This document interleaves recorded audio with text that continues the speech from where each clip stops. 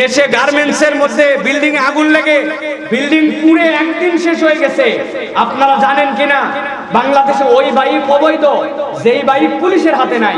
মানে আপনার বাইকের গতি হচ্ছে 500 কিলোমিটার, তাহলে পুলিশের হাতে বাইক থাকতে হবে 501 কিলোমিটার, তবেই কেবল ওই বাইক ওই মোটরসাইকেল অনুমোদন হবে। কেননা যদি অপরাধ করে তাকে দাবড়ায় ধরতে হবে। তো তা আমার বক্তব্য হচ্ছে এইটা যদি বাইকের ক্ষেত্রে আইন হয়, তাহলে যেই বিল্ডিং এ আগুন ধরলে ওই পর্যন্ত ফায়ার ব্রিগেড পৌঁছাতে পারবে। যদি পৌঁছাতে না পারে তাহলে ওই বিল্ডিং অত উপরে যায় কেন? ওই বিল্ডিং করারও তো নিয়ম হওয়ার কথা না, ঠিক কি না? দেশে কোটি কোটি টাকা অন্যদিকে চলে যায়। আমার অগ্নি নির্বাপন ব্যবস্থা আমি করতে পারি না, আমরা বিশেষ ট্রাইব্যুনাল করে এই ধর্ষকের বিচার করতে পারি না। এই জন্য এই ধর্ষকওয়ালারা বিভিন্ন আশকারা পায়। ইসলামী আইনে যদি আগামী 7 দিনের মধ্যে ধর্ষণ কেসের 100টা মামলা পরীক্ষামূলক ভাবে, যেরকম আপনারা পাইলট প্রজেক্টে ধান লাগান, ভুট্টা লাগান, নতুন যদি কোনো বীজ আসে তাহলে ওই বীজের জন্য আপনারা রসুন পেঁয়াজ লাগান, যাতে সবাই ক্ষতিগ্রস্ত না হয়। আগে প্রজেক্টটা দেখা যাক, ভালো রেজাল্ট আসছে, মাঠের সবাই তখন সেটা আবাদ করছে। আমরা বলবো 1টা কেস, 2টা কেস, 10টা কেস, 7 দিনের কেস ইসলামী শরিয়া অনুযায়ী বিচার করে দেখেন, এই বাংলাদেশে ধর্ষণের হার 50% কমে যাবে, ঠিক কি না? আপনি ওইটাও করবেন না, আবার ঠিকঠাক মতো বিচারও করবেন না, তাহলে দোষ তো সকলেরই আছে। তারপরেও বলবো এই সকল কেসকে আমলে নিয়ে আলাদা ট্রাইব্যুনাল করে দ্রুত বিচার করে এর ফয়সালা করা হোক, আমরা এইটা দেখতে চাই, ঠিক কি না? আল্লাহ রাব্বুল আমিন এই জন্য বলছেন, দুনিয়ার মানুষ ভালো করে বোঝে না, ওয়া ইযা তুলিয়াত আলাইহিম আয়াতু যাদাতুহুম ঈমানাও ওয়া আলা রাব্বিহিম ইয়াতাওয়াক্কালুন।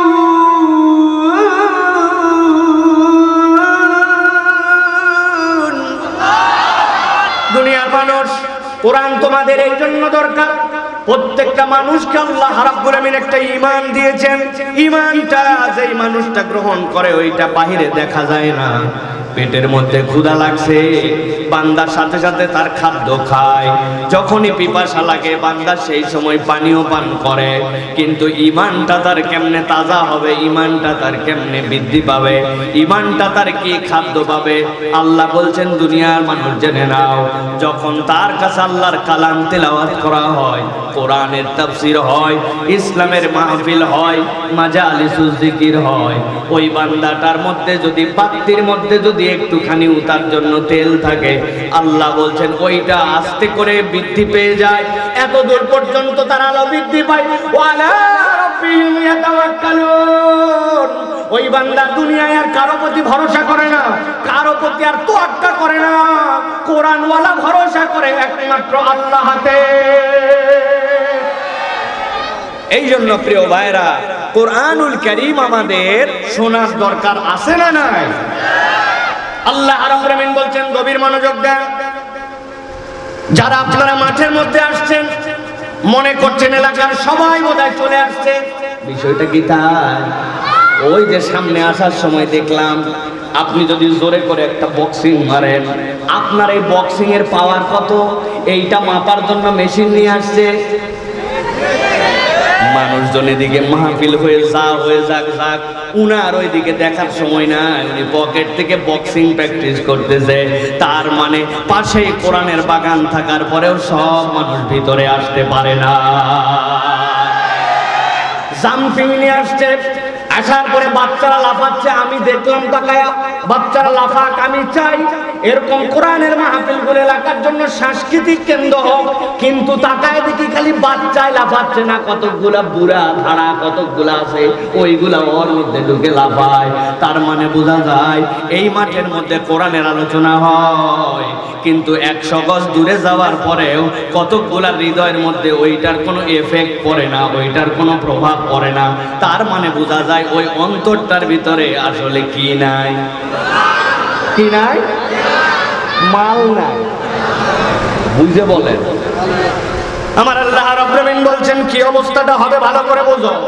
ওয়ামান আরাদা আন যিকরি ফাইন্না লাহু মাঈশাতান দানকা ওয়া নাহশুরুহু ইয়াওমাল কিয়ামাতি আমা।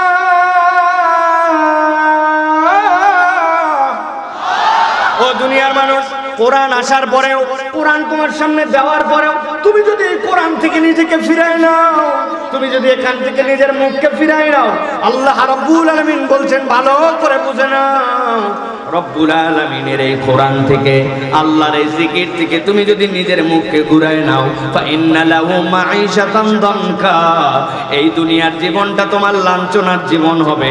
ওয়া নাহশুরুহু ইয়াউমাল কিয়ামাতি আমা, কেবল দুনিয়ার জীবন নয়, দুনিয়ার থেকে চলে যাওয়ার পরে, আল্লাহর কাছে যাওয়ার পরেও তোমাকে ওই দিন অন্ধ করে উঠানো হবে।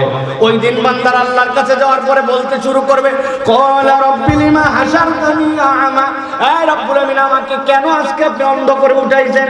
দুনিয়ায় আমি 70 বছর বেঁচে ছিলাম, আমার চোখে চশমা লাগে নাই, কিন্তু আজকে আমি কেন অন্ধ?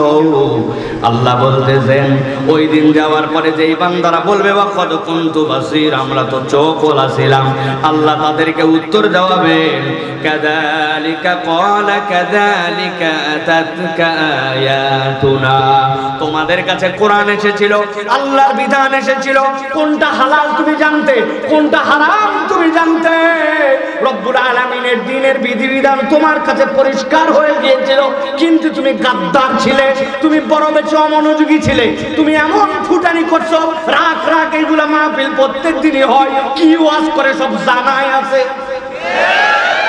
আল্লাহ বলতেছেন যেরকম তোমার কাছে আয়াত আসার পরেও তুমি ভুলে গেছিলে, ওয়া কাযালিকা লিয়াউমা তুনসা, এই হাসরের ভয়াবহ দিনে যারা কোরআন থেকে মুখ ফিরায় নিয়েছিল, রব্বুল আলামিনও সেদিন তাদেরকে ভুলে যাবেন। একসাথে সমস্যার উত্তর দেন, হাসরের দিনে যদি আল্লাহ কারো থেকে মুখ ফিরায় নেন, তার কি বাঁচার আর কোনো কায়দা থাকবে? তাহলে আমাদের বাঁচার জন্য, আমাদের নিজেদেরকে রক্ষা করার জন্য আল্লাহ রাব্বুল আলামিনের কোরআন শোনার তাহলে দরকার আছে না নাই? 7 জন ছেলে পেলে রেডি হও, একটা আল্লাহর বান্দা আর ভিতরে ঢুকতে পারবে না, ঢোকা শেষ। তোরা চটপটি খাইতে আসছিস, খেলতে আসছিস, তামসা মারতে আসছিস, এরা বাইরে, ঠিক কিনা? আমরা যে কয়জন আছে কয়জন ওয়াজ শুনে যাবা, 2-1 মিনিট সময় দেওয়া হবে, এরপরে একটাও যেন ভিতরে না ঢুকতে পারে। ওরা রাস্তায় আছে, রাস্তার থেকে বাড়িতে চলে যাবে, ঠিক কিনা? দেখি এবার হাত দুটা টান টান করে সোজা করেন, করছেন সবাই? শক্ত হয়েছে? ডানে বামে একটু তাকান, এবার একটু নড়াচড়া দেন, দিছেন একটু নড়াচড়া দিছেন, হাতটা এবার সোজা করেন, সোজা করছেন সবাই? এবার এরকম বুক বরাবর নেন, এই বরাবর। আমি যখন লিল্লাহে তাকবীর বলবো, হাত দুটো উপর দিকে ছুঁড়ে দিয়ে আল্লাহু আকবার বলতে হবে। পারবেন ইনশাআল্লাহ? যারা যারা পারবেন তারা গলাটা একটু পরিষ্কার করেন। হয়নি এই দেখলে একটাও গলা পরিষ্কার করে নেন, ভালো করে এবার গলাটা পরিষ্কার করে নেন। চাচারা রেডি তো সবাই? এই যে এইরকম করে বুক বরাবর হাত দিয়েছেন সবাই। লিল্লাহে তাকবীর বললে আসমানের দিকে ছুঁড়ে দিয়ে জীবনের সর্বোচ্চ শক্তি বিনিয়োগ করে আল্লাহর জন্য একটা তাকবীর দিতে হবে। রাজি আছেন সবাই? দেখি এবার সকলে একটু তাকবীর দেন। লিল্লাহে তাকবীর, লিল্লাহে তাকবীর, আল কোরআনের আলো, আল হাদিসের আলো, তোমার নেতা আমার নেতা, আলেম ওলামা যেখানে, আল্লাহর আইন যেখানে, আলেম ওলামা যেখানে, লিল্লাহে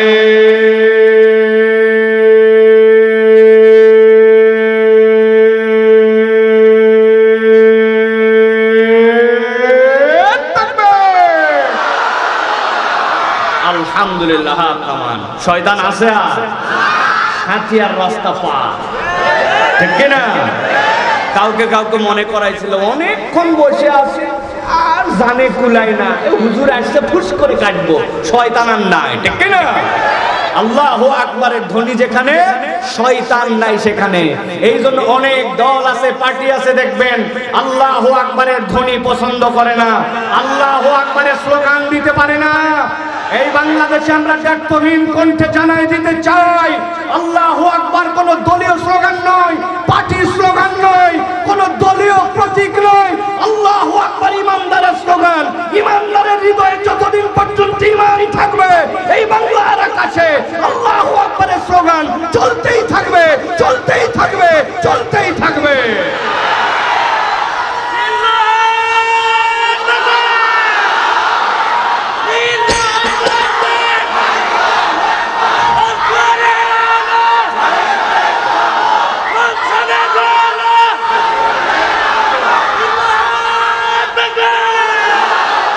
আলহামদুলিল্লাহ, আলহামদুলিল্লাহ বলেন। এবার বুঝে থাকলে বলেন, ভিতরে কি বাতির ভিতরে মশলা আছে না? এইটা তার প্রমাণ। আল্লাহ রাব্বুল আলামিন আমাদেরকে কবুল করেন। প্রিয় ভাইরা, আমরা এদিক সেদিক কথা না বলে, রাত অনেক হয়ে গেছে, আমি আপনাদের কাছে আজকে একটা নির্ধারিত প্রসঙ্গে কথা বলতে চাই। সেটি হচ্ছে, আমরা স্বীকার করেছি যে কোরআনুল কারীম আমরা শুনতে চাই, কোরআন আমাদের জন্য দরকার, ঈমানের জন্য আমাদের কোরআন দরকার। কিন্তু আজকে আমি মূলত আপনাদের কাছে যেটা বলতে চাই সেটা হচ্ছে, কোরআনুল কারীমের সাথে সম্পৃক্ততা এই দুনিয়ার বুকে যত ঈমানদার আছে, কিয়ামত পর্যন্তের নানাবিধ কারণ থাকতে পারে, কিন্তু মৌলিকভাবে কোরআনের সাথে সম্পৃক্ততার জন্য ঈমানদারদের 5টা মৌলিক কারণ আছে। কয়টা? একসাথে বলতে হবে, কোরআনের সাথে সম্পৃক্ততার মৌলিক কারণ কয়টা? প্রিয় ভাইরা, তাহলে কোরআনুল কারীমের সাথে সম্পৃক্ততার 5টা যে প্রয়োজন আছে, আমি কোরআন টু কোরআন এটা আপনাদের কাছে উপস্থাপন করব। আল্লাহ রাব্বুল আলামিন যেন সবচেয়ে বিশুদ্ধ কথাগুলি আমাদেরকে বলার তৌফিক দান করেন। 1 নম্বরে মুখস্থ করেন, আমি আপনাদের কাছে জিজ্ঞাসা করব আবার। আমি যদিও আজকে আপনাদের জন্য আমার পুরস্কার নিয়ে আসতে পারি নাই, কেননা আপনাদের এখানে আসছি, এইটা আপনাদের কাছে কোনো ফিলিংসের বিষয় না, আমি বুঝতেছি। কিন্তু আজকে আমি এখানে ওয়াজ করতেছি, এটা যদি নিউ ইয়র্কের কেউ দেখে তাহলে ওরা ঘাবড়ায় যাবে।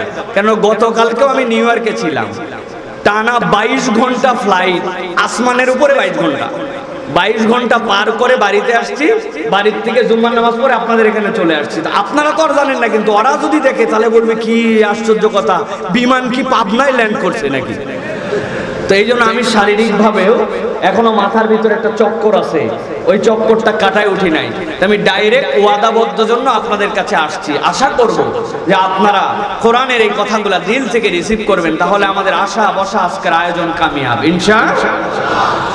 1 নম্বরে কোরআনুল কারীমের সাথে বান্দার সম্পৃক্ততার প্রয়োজন হচ্ছে, পথের দিশা যদি কেউ পেতে চায়, কোরআন ছাড়া মানুষের পথের দিশা পাওয়ার আর কোনো পরিপূর্ণ উপায়। আমার কথা নয়, আল্লাহ রাব্বুল আলামিনের কথা, গভীর মনোযোগ দেন। আল্লাহ রাব্বুল আলামিন সূরা ইব্রাহিমের মধ্যে বলছেন, আলিফ লাম রা কিতাবুন আনজালনাহু ইলাইকা লিতুখরিজান নাসা মিনাজ যুলুমাতি ইলান নূর।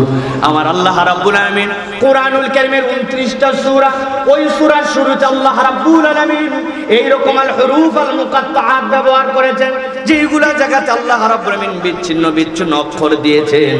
আর বান্দাদেরকে জিজ্ঞাসা করতে আল্লাহ রাব্বুল আলামিন জিজ্ঞাসিত করেছেন, বলো তো বান্দা এটার অর্থ কি?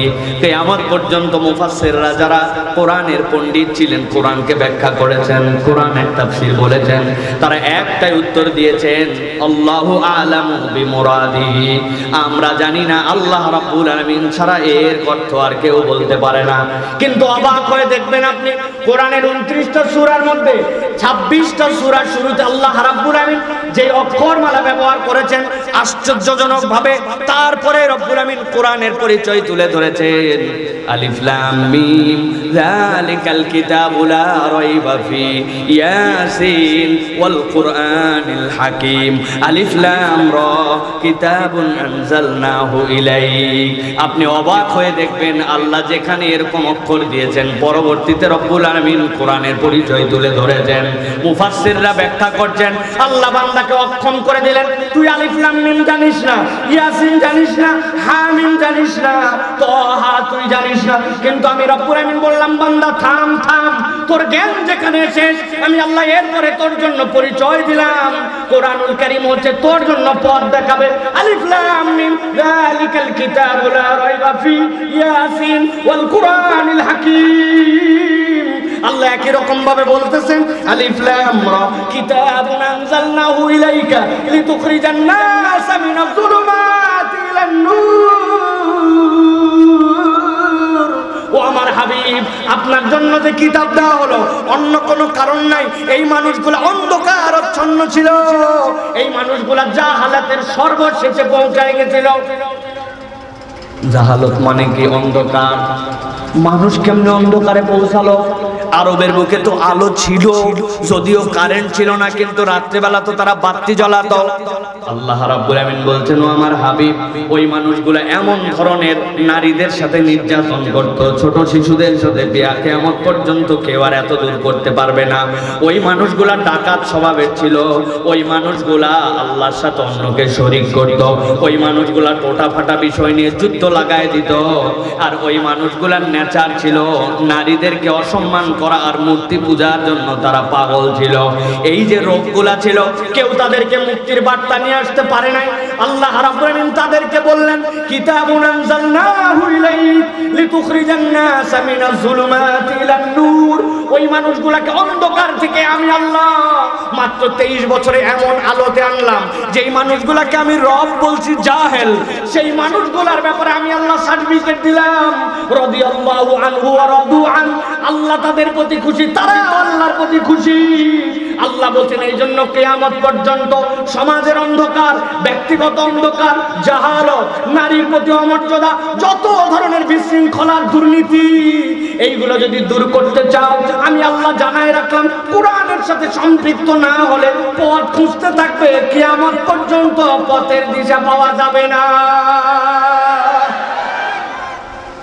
এই জন্য আল্লাহ বলছেন, নবী জানায় রাখেন, কেউ যদি পথের দিশা পেতে চায় তাহলে কোরআনের কোনো বিকল্প নাই। আল্লাহ অন্য আয়াতে বলছেন, চলেন সামনে আগাই। আল্লাহ সূরা মায়েদা 16 নম্বর আয়াতের মধ্যে বলছেন, ইহদি বিল্লাহু মান ইত্তাবা রিদওয়ানাহু সুবুলাস সালাম ওয়া ইখরিজুহুম মিনাল যুলুমাতি ইলান নূর। আল্লাহ বলছেন, ও দুনিয়ার মানুষ, ভালো করে জেনে রাখো, তোমার সামনে অনেক রাস্তা থাকবে, কিন্তু আল্লাহ বলছেন যারা কোরআনকে পছন্দ করে নিবে, আমি আল্লাহ গ্যারান্টার হলাম, ইয়াহদি বিহিল্লাহু মান ইত্তাবা রিদওয়ানাহু সুবুলাস সালাম। এই পথটাকে যেই ব্যক্তি বেছে নিবে, রব তার জন্য হেদায়েত বের করে দিবে। ওয়া ইখরিজুহুম মিনাজ যুলুমাতি ইলান নূর। ওই মানুষগুলো অন্ধকারে থাকবে, কিন্তু আমি আল্লাহ আলোর দিকে তাদেরকে নিব। আর বান্দা যেন জেনে রাখে, এই আলোটা সেই আলো নয়। একবার এই আলোতে যার অন্তরটা থই থই করে উঠবে, ওই বান্দাটার জন্য আমি রব্বুল আমিন কবরে যাবে। দুনিয়ার মানুষ দেখবে তারে তো বাঁশ দিয়ে, কার্পেট দিয়া তারে আমি ঢাকায় দিয়ে আসলাম, আহারে ভিতরে কোনো আলো নাই। কিন্তু আল্লাহ বলছেন যে একবারে কোরআনের সাথে সম্পৃক্ত হবে, কবরে নামতে দেরি, প্রশ্ন উত্তর তো তার জন্য রেডি। এরপরে রব্বুল আমিন জান্নাত থেকে তার জন্য একটা দরজা খুলে দিবেন। কিয়ামত পর্যন্ত ওই বান্দাকে এমন ঘুম পাড়ায় দিবেন, ওই বান্দা কিয়ামতের দিনে উঠার পরে ডিস্টার্ব ফিল করবে, কেন আমার উঠানো হলো। আল্লাহ বলছেন, ওই আলোর পথ, ওই জীবনের সম্পৃক্ততা, ওই শান্তির রাস্তা, তুমি যেখানে খুঁজো না কেন কোথাও পাবা না। তোমার শান্তির রাস্তা পেতে চাইলে কোরআনের সাথে তোমাকে সম্পৃক্ত হওয়া লাগবে। বলি তো ঠিক, কিন্তু যখন সময় আসবে তখন এক কাপ চা আর এক বিড়ি দিয়ে ঈমান বিক্রি, এইটাও ঠিক। বাহ, সব দিকে দেখি ঠিক। তাহলে ভালো করে খেয়াল করেন, আল্লাহ রাব্বুল আলামিন আপনাকে আমাকে মূলত বুঝাতে চান, বান্দা তোমার জন্য কোরআন দিলাম, এই কোরআনের সাথে তোমার জন্য সম্পৃক্ত হতে হবে। তাহলে আমরা বিশ্বাস করি রব্বুল আলামিনের কাছে যদি আমরা আলো পেতে চাই, কোরআনুল কারীমের সাথে সম্পৃক্ত না হলে আমাদের কোনো উপায় নাই। ঠিক না? এটা গেল 1 নম্বরে। চলেন সামনে আগাই। আল্লাহ রাব্বুল আমিন বলছেন, বান্দা এটা তো গেল তোমার 1 নম্বর, কিন্তু কোরআনের সাথে সম্পৃক্ত হওয়ার জন্য এর থেকেও গুরুত্বপূর্ণ বিষয় তোমার জীবনে আছে।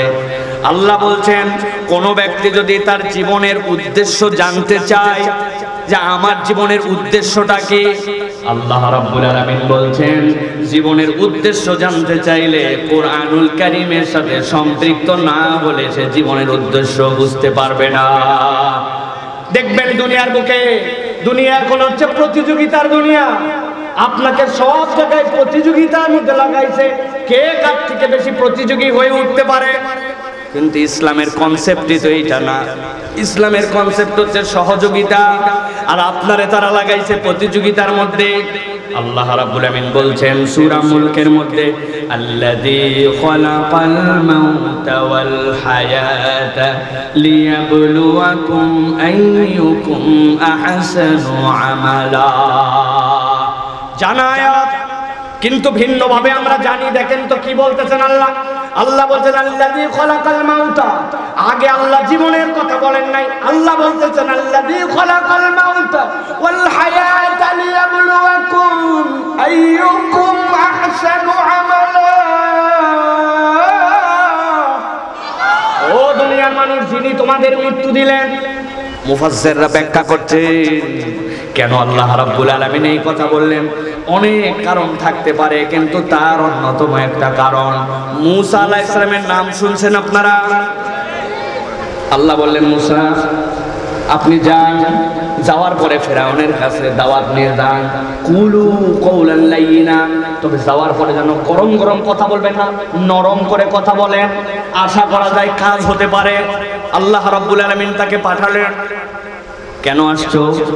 এক আল্লাহর দিকে ডাকতে আসছে। আল্লাহ কি করে? জীবন দেয় আল্লাহ, মরণ দেয় আল্লাহ। বলে ওই কাজ তো আমিও পারি। তাই নাকি? কেমনে আপনি পারেন? বলে বসো, এখনই দেখাচ্ছি। বলছে আমার যে কাস্টডি আছে আদালতে, বিচার হওয়ার পরে জেলে আছে, এরকম কোন লোক আছে নাকি যেই লোকটা মৃত্যুদণ্ডপ্রাপ্ত আসামি? বলে হ্যাঁ আছে। নিয়ে আসো, আমার সামনে নিয়ে আসো। এই তোমার মৃত্যুদণ্ড কবে? কয় আজকে আমার মৃত্যুদণ্ড, রাত্রেবেলা নাকি কার্যকর করা হবে। বলে আনা রব্বুকুমুল আলা, যা বেটা তোর জীবন দিয়ে দিলাম, তুই চলে যা। ওই লোক তো লাফাতে লাফাতে চলে গেছে, আহা আমার জীবন দিয়ে দিছে। মূসা দেখছো তো এর মৃত্যুদণ্ড ছিল, জীবন দিলাম। মূসা আলাইহিস সালাম বলছেন দারুণ দেখাইছেন। এবার বলে এরকম কোন লোক আছে নাকি যেইটার এখন পর্যন্ত মৃত্যুদণ্ড হয় নাই কিন্তু গ্রেফতার আছে? বলছে এরকম অসংখ্য লোক ধরা আছে, সেইগুলো এখনো মামলায় শুরু হয় নাই, আগে গণগ্রেফতার করে নিয়ে আসা হয়েছে, পরে মামলা দেওয়া যাবে। আবার ঠিক বলেন কেন? আমি তো বহু আগের কথা বলতেছি, আমি 5 আগস্টের আগে না। ধরে নিয়ে আসার পরে সংক্ষেপে বোঝানোর জন্য বলছি, যাতে দিলের মধ্যে আপনার ঢোকে জানা কথা। তলোয়ার একটা নিয়ে কাল্লা নামায় দিছে। মূসা দেখো একটারে মুক্তি দিছে, আর একটারে জীবন থেকে জীবনটা তার নিয়ে নিছি। অথবা আমি জীবন দিতে পারি, আমি মৃত্যু দিতে পারি, তুমি আবার আমার কাছে কোন ইলার দাওয়াত নিয়ে আসছো? মূসা আলাইহিস সালাম ঠান্ডা মাথায় বলছেন, আপনি যা দেখালেন তাতে আমার মন 90% ক্লিয়ার, 10% আবার কিসে আটকালো? বলে ওই যে কেবল যেটা আপনার সামনে আসলো, তলোয়ার দিয়ে এক কোপে ধরের থেকে কাল্লা আলাদা করে দিলেন, সামনেই তো পড়ে আছে, কিচ্ছু করা লাগবে না। ওইটার ধর আর কাল্লাটা জোড়া দিয়ে আবার একটু আপনাকে রব বলে ডাকতে বলেন দেখি। বেশি বেশি কথা বলা, মুখে মুখে তর্ক, বেয়াদব থাকার। দেখবেন আল্লাহর আইন নিয়ে, আল্লাহর বিষয়ে কথা বলার পরে যখন ইসলাম পন্থীদের সাথে পারে না, তখন সুপার জোর দেখা আছে কিনা? আমার আল্লাহ রাব্বুল আমিন বলছেন জীবনের উদ্দেশ্য জানা ভালো করে। ওই যে পিছনে যারা দাঁড়ায় আছেন গভীর মনোযোগ। আল্লাহ রাব্বুল আমিন বলছেন আল্লাযী খালাকাল মাউতা, তোমার রব আগে মৃত্যু দিলেন ওই মৃত্যু থেকে তোমাকে জীবন দিলেন, ওই জীবনে তুমি যে আসলে, আল্লাহ বলছেন তোমার জীবনের উদ্দেশ্য কি বলো তো? আল্লাহ বলছেন লিয়াবলুয়াকুম আইয়ুকুম আহসানু আমালা। আল্লাহ তোমার জীবনের 1 নম্বর উদ্দেশ্য দিলেন, বান্দা এইটা চেক করা যে তোমাদের মধ্যে থেকে সর্বোত্তম ভাবে আল্লাহর ইবাদত কে করতে পারে। আইয়ুকুম আহসানু আমালা, গভীর মনোযোগ দেন, বারবার বলতেছি কেন? আমরা মনে করতেছি এইটা তো সহজ কথা নয়। আহসানু আমালা মানে কি? বান্দা আল্লাহর জন্য সর্বোত্তম প্রচেষ্টাকারী কে হয়? এই জায়গায় যদি আল্লাহ এইটুকু না বলে কেবলমাত্র একটা ভিন্ন কথা বলতেন, আইয়ুকুম আকমালু আমালা, তোমাদের মধ্যে কে আল্লাহর জন্য ইবাদত বন্দিতে পূর্ণতা দেয়, আমরা সবাই তখন ফেঁসে যেতাম। এখানে এমন কোন বাবাজি আছেন নাকি? হাত তুলে বলবেন হুজুর জীবনে এমন ভাবে 2টা রাকাত আমি নামাজ আদায় করেছি যেটাতে আমার 100% মনোযোগ ছিল, ডান বাম কিচ্ছু ছিল না, সবগুলা অর্থ আমার কনসেন্ট্রেশনে ছিল, এমন ভাবে আল্লাহর জন্য দাঁড়াইছিলাম, ওই 2 রাকাত নামাজ আল্লাহ কবুল না করে পারবেই না। বলতে পারবো? এমন রোজা রাখছি, চোখের গুনাহ নাই, অন্তরের গুনাহ নাই, আমার গুনাহ খাতা বলতে কিচ্ছু নাই, পারফেক্ট থেকে পারফেক্ট, আল্লাহর কাছে বলতে পারবো আল্লাহ তোমারে কবুল করাই লাগবে, এইরকম সলিড একটা রোজা আমি রাখছি। বলতে পারবো? কথা বলেন না যে পারবো। আপনারা তো দূরের কথা, উল্টা প্রশ্ন আপনারা আমাকে বলতে পারেন, সাইফুল্লাহ ভাই বড় বড় লেকচার তো মারতেছেন, আপনারা বক্তা মানুষ, আলেম মানুষ, আপনারা ভাব নিয়ে চলতেছেন, বিরাট ভালো মানুষ, তো আপনি বলেন দেখি 2 রাকাত নামাজ আপনার আছে কিনা? এরকম নাই, আমাদের নাই। কিন্তু আল্লাহ বলতেছেন তাহলে কেমনি আল্লাহর সামনে যায় দাঁড়াবো? 2 রাকাত নামাজ সারা জীবনে এরকম যে হলো না। আল্লাহ বলছেন ঘাবড়াস না বান্দা, আমি রব্বুল আমিন তোর জন্য নিয়ামত দিয়ে রেখেছি। কি নিয়ামত দিয়ে রেখেছি? আল্লাহ বলতেছেন বান্দা আমি রব্বুল আমিন তোর জন্য একদম পারফেক্টটুকু চাই না, আমি আল্লাহ দেখতে চেয়েছি যে আল্লাহ মৃত্যু দিল, যে আল্লাহ সেখান থেকে তোকে হায়াত দিল, ওই আল্লাহর জন্য তোর নিবেদন কতখানি। আইয়ুকুম আহসানু আমালা, তুই সাধ্যের মধ্যে সর্বোচ্চ চেষ্টাটুকু করেছিস কিনা? দুনিয়ার বুকে যাবতীয় সৃষ্টিকে আল্লাহ 3 ভাগে ভাগ করেছেন, গভীর মনোযোগে দেখলে দেখবেন।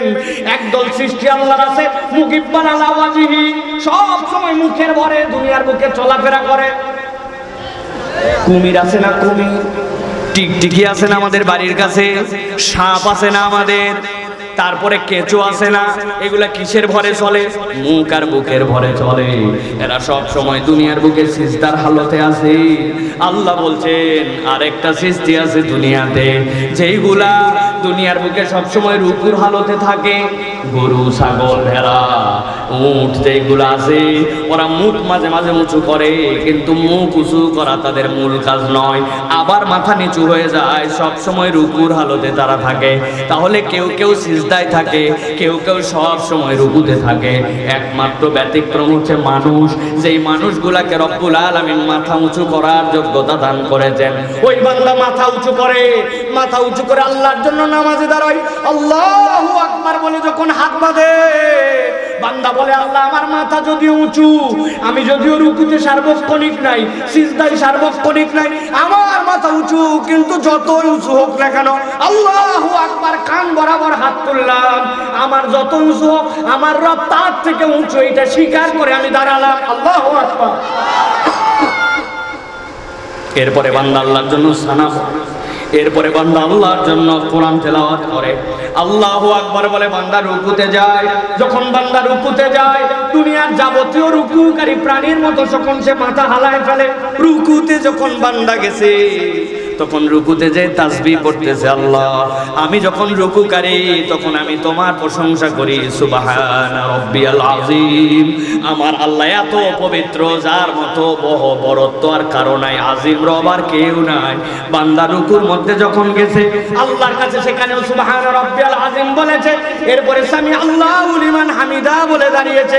সামি আল্লাহু লিমান হামিদা বান্দার কথা নয়, আল্লাহ উত্তর দিচ্ছেন, ও বান্দা টোটা ফাটা তুই পড়েছিস, মনোযোগ রাখার চেষ্টা করছিলি, এদিক ওদিক দৌড়াইছে, তেলাওয়াত করছিলি, শুদ্ধ অশুদ্ধ সব মিলাই ছিল, তুই আল্লাহর জন্য নিবেদন করার চেষ্টা করছিস, সার্বক্ষণিক তোর মনোযোগ ছিল না। কিন্তু আমি আল্লাহ বললাম, ওই আল্লাহু আকবার থেকে সুবহান রাব্বিল আযীম পর্যন্ত তুই যাই বলিস না কেন, সামি আল্লাহু লিমান হামিদা, আল্লাহ শোনা কিছুই বাদ দেয় নাই, তার বান্দা যা যা প্রশংসা করছে সব আল্লাহ শুনছে। আল্লাহু আকবার। বান্দা রব্বানা লাকাল হামদ বলেছে, বলার পরে পরে আল্লাহু আকবার বলে সিজদায় চলে গেছে। 6 অঙ্গ তার মাটিতে লেগে গেছে। গরু ছাগল পৃথিবীর যত প্রাণী আছে তাদের 6 অঙ্গ লাগে না, তাদের 2 হাত লাগছে, নাক লাগছে, কপাল লাগছে, 2 হাঁটু লাগছে, 2 পায়ের মাথা লাগছে, সবগুলা লাগাই সিজদায় চলে গেছে বান্দা। এবার বান্দা বলতেছে সুবহানা রাব্বিয়াল আ'লা, ও আমার আল্লাহ তারাইছিলাম আল্লাহু আকবার বলে রুকুতে থাকতে সুবহান রাব্বিল আযীম বলছে, আমার মন ভরে নাই, এখন আমি সিজদায় নাকে খত দিয়ে গেছি। ওইখানে যাওয়ার পরে বলতেছি, আমার থেকে নিচু যখন কেউ নাই, আমার যখন পশ্চাতে উঁচু, মুশরিকরা বলতো এ আবার কোন ধর্ম মুহাম্মদ নিয়ে আসলো যে মাথার থেকে পাছা তার উঁচু হয়ে যায়, এইটা সিজদা তো তারা বোঝে নাই। আল্লাহ বলতেছেন তোর মাথা সবচেয়ে নিচে, তোর পশ্চাতের উপরে। তখনও বান্দা তুই বলতেছিস সুবহান রাব্বিয়াল আ'লা, আমার মাথা যখন নিচে, আমার রব তখন সবচেয়ে উপরে। বান্দা যদি বুঝে বুঝে এটা বলে, সিজদাতে থাকা অবস্থাতে বান্দাকে রব্বুল আলামিন মাফ করে দেয়। আল্লাহ বলতেছেন আমি বান্দা দেখতে চাই জীবনের উদ্দেশ্যটা কি। তুই যদি কোরআন না পড়িস বুঝবি না। তোরে তো নানানজন নানান কাজে লাগাই দিছে, আমি তো মূলত তোরে লাগাইছি আইয়ুকুম আহসানু আমালা, তুই উত্তম করে আমার ইবাদত করতে পারিস কিনা। রোজা রাখি কিন্তু হক আদায় করতে পারি না, রোজা ছেড়ে দেই নাই। সালাত আদায় করি মনোযোগ থাকে না কিন্তু বাদ দিয়ে দেই নাই, আমি এইটার সাথে কন্টিনিউ লেগে আছি। আল্লাহ বলছেন আমি ওই লাগাটাই দেখতে চাই, উত্তম করে কে লাগে, এইটাই হচ্ছে তোর জীবনের উদ্দেশ্য। আল্লাহু আকবার। এবার আল্লাহ বলছেন নবী জানায় রাখেন, তার জন্য আরেকটা জীবনের উদ্দেশ্য আছে। কুনতুম খায়রা উম্মাতিন উখরিজাত লিন-নাস তা'মুরুনা বিল মা'রুফ ওয়া তানহাউনা আনিল মুনকার। আল্লাহ বলতেছেন দুনিয়ার মানুষ তোকে এমনি এমনি সৃষ্টি করা হয় নাই, যত জাত আছে তার মধ্যে তুমি শ্রেষ্ঠ। মুহাম্মদ সাল্লাল্লাহু আলাইহি ওয়াসাল্লামের উম্মত আদম আলাইহিস সালাম থেকে ঈসা আলাইহিস সালাম পর্যন্ত যত কওম আসছে তার মধ্যে সর্বশ্রেষ্ঠ। কেন? আল্লাহ বলছেন জীবনের উদ্দেশ্য বোঝো। তা'মুরুনা বিল মা'রুফ ওয়া তানহাউনা আনিল মুনকার। আল্লাহ বলছেন তোমার দায়িত্ব তো এইটা, আল্লাহ রাব্বুল আলামিনের জন্য তুমি সৎ কাজে আদেশ করবে আর মানুষকে অন্যায় থেকে ফিরাবা। যার মধ্যে সৎ কাজের আদেশ আছে আর অন্যায় থেকে ফিরানো আছে, ওই মানুষের জীবনের সার্থকতা আছে। কিন্তু একটু বুকে হাত দিয়া যারা এই যে আবেগ নিয়ে মাঠের মধ্যে গরমের মধ্যে বসে কোরআন শুনতেছেন, বলেন তো আমাদের সমাজে কি সৎ কাজের আদেশ আর অন্যায়ের ফিরানিটা চলমান আছে? কিছু সৎ কাজ থাকলেও অন্যায় থেকে কেউ ফিরায় না, উল্টা বলে বাবা ঝামেলা বাড়ানোর দরকার নাই, ঠিক না? কই খাবুলা তো মাহালুকা আছে না? তার মানে কি সে জীবনের উদ্দেশ্যটা এখনো বোঝে না। ছোট্ট একটা উদাহরণ দিব, সারা জীবন মাথার মধ্যে এটা ঢুকাই নিয়ে রাখবেন। সৎ কাজের আদেশ সাথে যদি অন্যায় থেকে ফিরানো না থাকে সমাজ কি হতে পারে? আমি বহুবার বলেছি, আরো একবার আপনাদের কাছে বলি। একটা মসজিদ, রাস্তার থেকে মসজিদটা একটু উঁচু, 3টা ধাপ দিয়ে মসজিদে ওঠা লাগে। এরকম অনেক মসজিদ আছে না ভাই? মসজিদের সিঁড়ি আছে, আছে না? ফজরের নামাজের সময় ইমাম সাহেব আসছে, আসার পরে দেখে হায় আল্লাহ, মসজিদের সবচেয়ে উপরের ধাপ যেটা, ওই ধাপের মধ্যে একটা বড় কুত্তা মরে শুয়ে আছে। চিন্তা করছে নাউজুবিল্লাহ, কুত্তা মরার আর জায়গা পেল না, হুজুর জুতা নিচে রাখে দ্বিতীয় ধাপের থেকে প্রথম ধাপে না উঠে লাফ দিয়ে ভিতরে গেছে। আস্তাগফিরুল্লাহ বলে যে কয়টা মুসল্লি আছে সব